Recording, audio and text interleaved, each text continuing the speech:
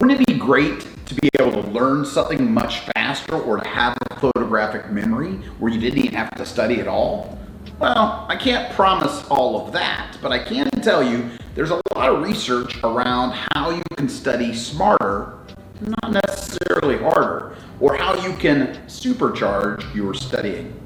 So first, let's talk about what does not work. Highlighting and listening to music is a terrible way to study, and lots of people do it. So when you highlight words, highlighting does very little to help you actually retain the information.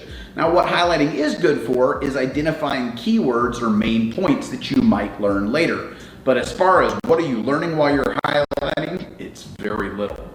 Listening to music is also very problematic for some forms of studying, but okay for others. So when we are trying to learn something that we are reading, writing, or trying to remember, listening to music where there are two streams of words, the music and then what we're trying to read, write, or remember, interfere with each other, and it makes it harder for us to get that done.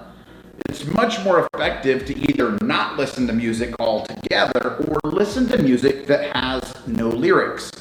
Instrumental music, or music that doesn't have lyrics, can actually help you study more effectively, and it doesn't interfere at all. So there's pretty much every kind of music in instrumental music. So whether you like hip hop or jazz or pop, you can find an instrumental version of that to study with. Now, studying with lyrics doesn't really interfere when we're talking about math or art homework, because you're not really trying to read words, write words, or remember words. But it's definitely important to think about when to use music and when not to use music, because music can be very ineffective in some ways. A couple more strategies that can really help you supercharge your studying are distributive practice, self-quizzing, and removing study kryptonite. So let's talk about each one. Distributive practice means that, let's say you're getting ready for a test and you're going to study 5 hours for that test. You're going to be much more successful if you study 1 hour a day for each of the 5 days. You'll remember much more that way than if you study 5 hours the night before the test or cram. Cramming is nowhere near as effective as spreading your studying out, especially on remembering it later. So for the test, it's not as effective, but it's really not as effective when you try to remember it even further into the future. So distributive practice is a great strategy.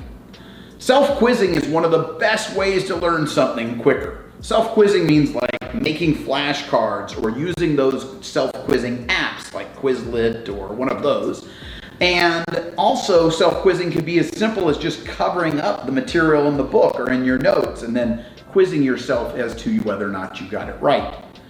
All of those are really effective ways to remember content, because you're constantly asking yourself, what's the answer? Checking yourself, what's the answer? Self-quizzing is very effective.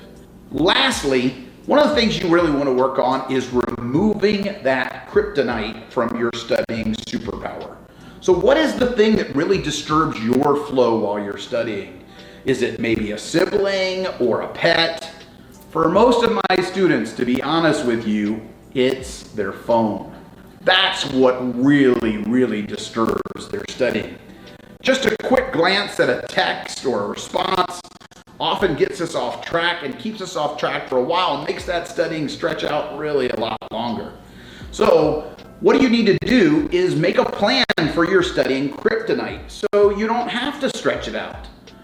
What do you do about it? You just need to have a plan to make sure that you have that study kryptonite in a different room, or put yourself in a different room so that you can stay focused on the studying and get more done way more effectively. Remember, you can use the Pomodoro technique we taught in a previous lesson, where you're on task for 25 minutes and all you have to do is wait 25 minutes and then you can check your phone. This can make it less painful to be away from that distraction, whatever it is.